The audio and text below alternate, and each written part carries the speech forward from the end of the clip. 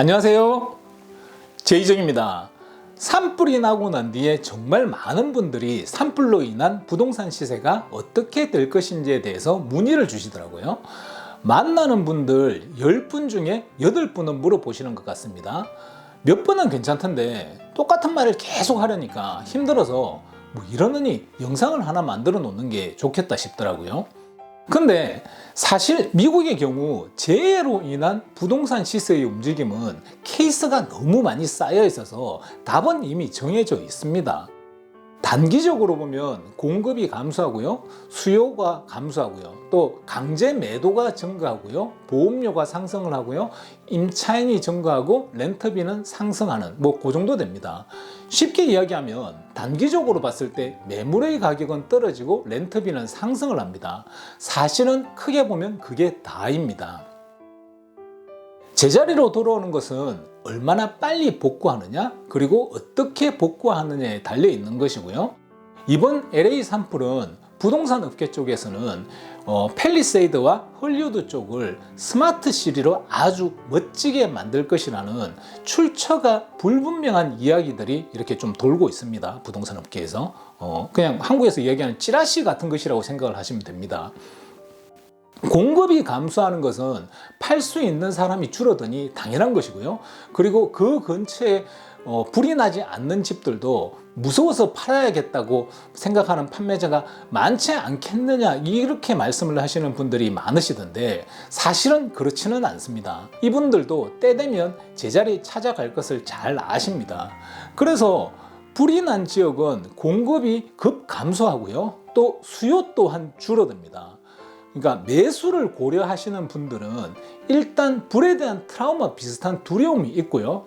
그리고 이 지역 부동산이 하락할 것이라는 이야기를 듣게 됩니다. 언제든 어디서든 매입을 하려고 하면 집값이 떨어질 건데 왜 사냐고 이렇게 하시는 분들이 항상 있기는 한데요.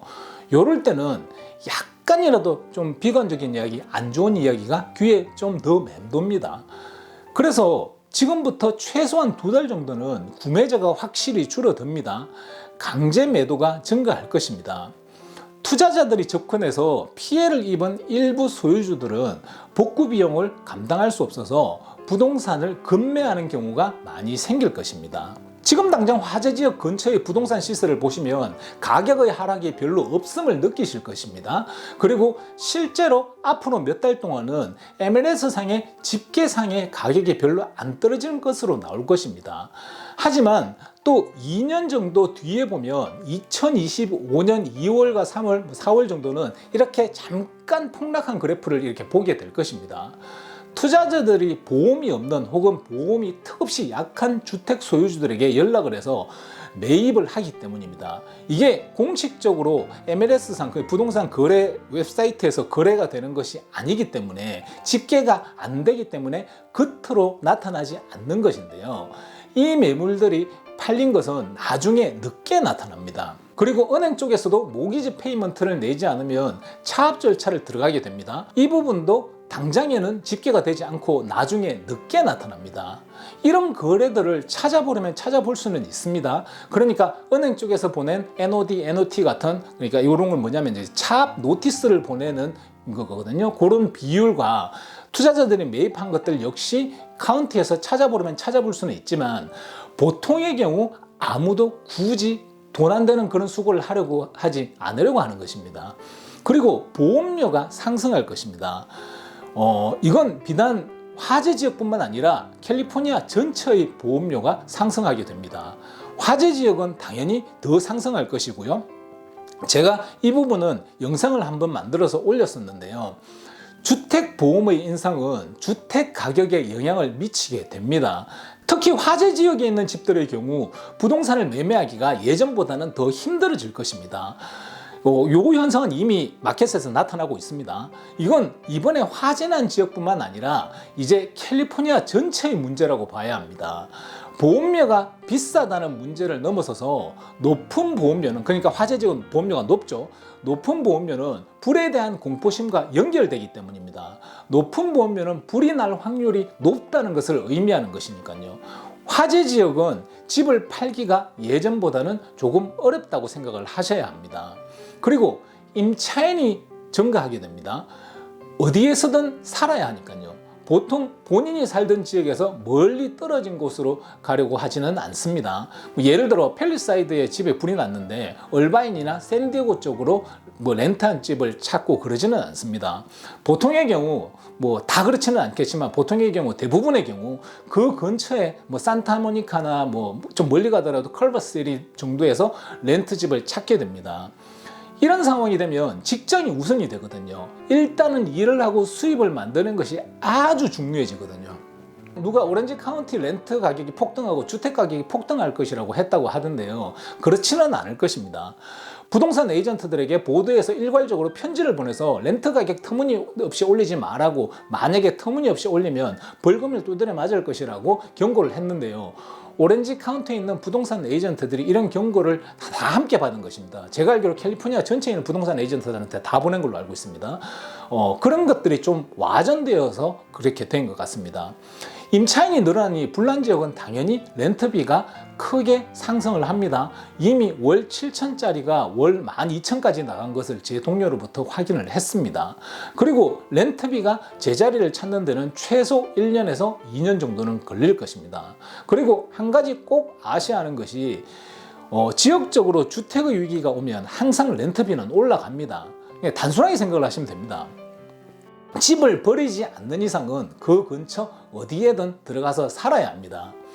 렌트 수요가 단기적으로 폭증을 하는 것입니다. 단기적인 관점에서 간단하게 정리하면 눈에 보이는 부동산 가격은 약간 주춤하고 거래량은 턱없이 많이 줄어듭니다. 렌트비가 치솟습니다. 그리고 LA 카운티의 3%의 영향으로 오렌지 카운티 집값이 폭등할 일은 없습니다. 다음으로 장기적으로 미칠 영향을 보면요, 물론 얼마나 빨리 회복되고 그리고 재편성이 되느냐가 관건인데요. 우선 정부의 재건 지원 그리고 재난복구기금, 민간기업의 투자 같은 것들이 이루어지면서 지역 경제가 생각보다는 빠르게 활성화되게 됩니다. 쉽게 이야기하면 의외의 돈과 안 왔을 사람들이 왕창 이렇게 오게 되면서, 그렇게 사람들이 몰리면서 그 돈과 사람들로 인해서 새로운 경제 루틴이 만들어지고, 그러면서 은근슬쩍 화재 복구 지역 근처의 부동산 가격이 빠르게 올라가는 경우가 많습니다. 복구가 되면 근처에 빠르게 올라간 부동산 가격을 기준으로 화재 복구 지역이 복구되었을 때 그때 다시 재평가되게 됩니다. 보통의 경우 재복구를 하는 과정에서 새로운 규제와 인프라가 개선되게 됩니다. 건축 규정이 강화되고 방제 인프라 확충 같은 것들이 이렇게 이루어지면서 안전성이 더 높아져서 그전보다는 안전성이 더 높아져서요, 매력이 상승할 수가 있는 것입니다. 그래서 제가 보기에는 10년 정도 뒤에는 팰리세이드 지역은 스마트 시리로 만들어져서 아주 멋지게 만들어져서 엄청난 도시로 거듭날 확률이 좀 높습니다. 돈을 오래 묻어두어도 괜찮으신 분들은 이쪽으로 투자를 하는 것은 아주 좋은 결과를 만들게 됩니다. 부촌이 아닌 지역에는 전반적인 거주 패턴의 변화가 오게 됩니다. 가격대가 다소 낮은 지역에는 이전보다 낮은 가격으로 새로운 수요층이 유입될 가능성이 있습니다. 그리고 위험 부담이 높은 지역은 지속적으로 인구 유출이 발생할 수 있습니다. 재해 뒤에 명확하게 나타나는 것이 빈익빈과 부익부 현상입니다. 재해가 난 지역은 어쩔 수 없이 중장기적으로 수급 불균형을 겪게 됩니다. 재해로 인해 기존 공급이 줄어들어 있는 상태에서 신규 건설이 원활하지 않아지는 경우, 시간이 지나면서 가격이 반등하는 경우가 많습니다.